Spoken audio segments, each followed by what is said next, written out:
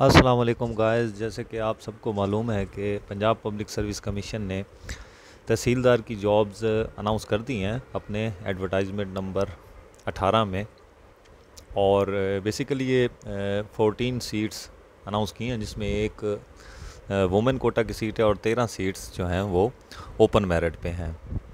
इस वीडियो में आपको तहसीलदार का जो सिलेबस चेंज किया गया है उसके बारे में कंप्लीट इन्फॉर्मेशन दी जाएगी, और हर पेपर की का जो डिटेल सिलेबस है उसके बारे में भी बताया जाएगा कि उसमें कौन कौन से पोर्शन होंगे, कितने सवाल होंगे और उनके कंटेंट्स क्या हैं, और आपको उनके बारे में मुकम्मल रहनुमाई फराहम की जाएगी। स्पेशली जो रेवेन्यू लॉज पेपर 4 है उसके बारे में भी आपको डिटेल से बताया जाएगा।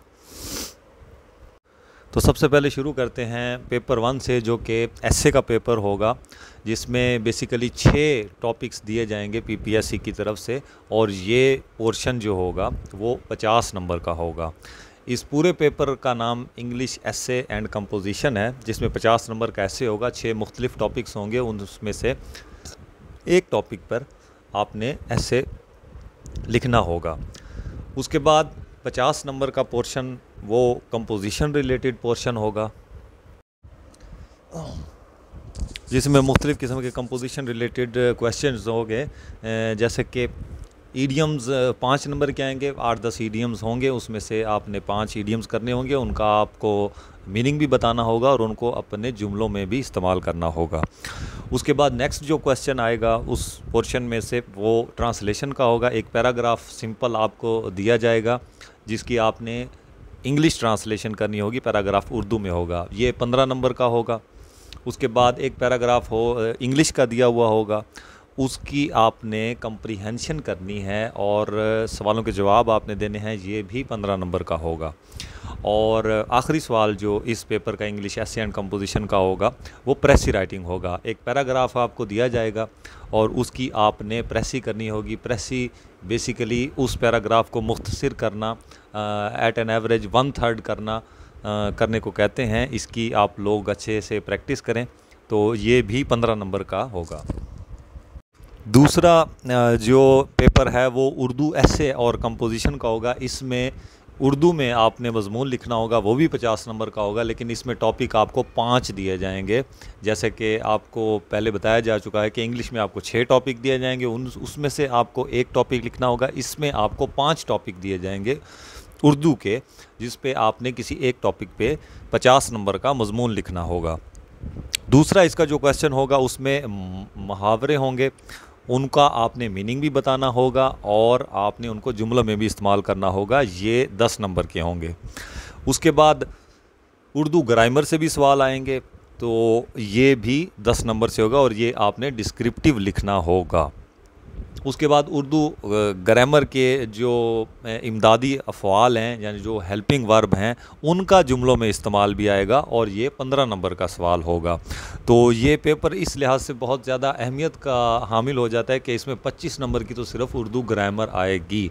तो जिन लोगों की उर्दू ग्रामर पुअर है उन्हें इस पेपर पे बहुत अच्छे से काम करने की ज़रूरत है। आप इस चीज़ को मेक श्योर बनाएं कि आप उर्दू ग्रामर अच्छी तरह से करके जाएं, ताकि इस पेपर में आप मैक्सिमम स्कोर कर सकें।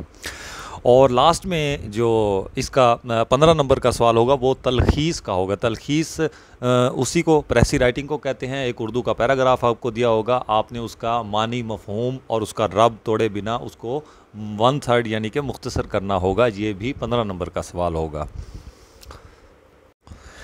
पेपर 3 जो है वो जीके बेस पेपर होगा। ये आप सबको मालूम है कि जैसे पीपीएससी ग्रेड 16-17 की वैकेंसीज़ के लिए 1 पेपर एमसीक्यू लेता है, बिल्कुल उसी तरह का पेपर होगा।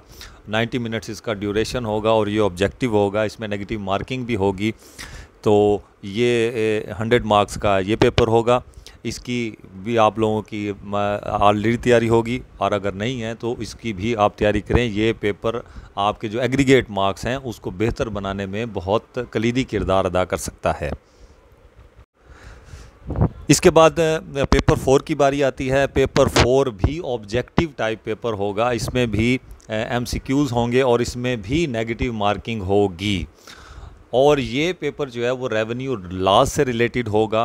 तो इस सिलसिले में जो सबसे अहम रेवेन्यू लॉज हैं जिसमें से 90% पेपर के बनने के चांसेस हैं, यहाँ 2012 में जब इसी स्कीम के तहत पेपर हुआ था तो इन लॉज में से ही पेपर 4 लिया गया था ऑब्जेक्टिव का।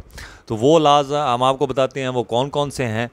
वो हैं Punjab land revenue act 1967, Punjab tenancy act 1967 और लैंड एक्विजिशन एक्ट पंजाब का। ये जो 3 लॉज हैं ये इसमें से ऑब्जेक्टिव्स आएंगे और ये पेपर इस तरह इसमें से सवालात किए जाएंगे कि इसमें इन लॉज से रिलेटेड कोई भी स्टेटमेंट्स जो है वो आपसे पूछी जाएगी और आपसे ये पूछा जा सकता है कि ये कौन से सेक्शन, इसका सेक्शन नंबर क्या है, या अगर ये रूल है तो इस रूल का नंबर क्या है। तो इस पेपर के लिए भी ये 3 लॉज आपको फिंगर टिप्स पे याद करने पड़ेंगे। और याद रखिए कि एग्रीगेट को बेहतर बनाने के लिए ये जो पेपर 3 और पेपर 4 हैं ये बहुत अहमियत के हामिल हैं, क्योंकि ये दोनों ऑब्जेक्टिव पेपर हैं। इसमें आप मैक्सिमम स्कोर कर सकते हैं और अगर आप इसमें अच्छा स्कोर करने में कामयाब हो जाते हैं तो आपके फिर फ़ाइनल रिकमेंड होने के चांसेस बहुत ज़्यादा हो जाते हैं। तो अगर आप में से किसी को भी ख़ासकर में पेपर 4 के बारे में या पेपर उर्दू के पेपर के बारे में फ़र्दर कोई क्वायरीज़ हो तो वो कमेंट सेक्शन में मुझे बता सकते हैं, मैं इंशाल्लाह सबका जवाब दूंगा। इन चारों पेपर से रिलेटेड अगर PDF भी किसी को रिक्वायर हो तो वो कमेंट सेक्शन में बता सकता है, उसको ये PDF मटेरियल भी फ़राहम कर दिया जाएगा।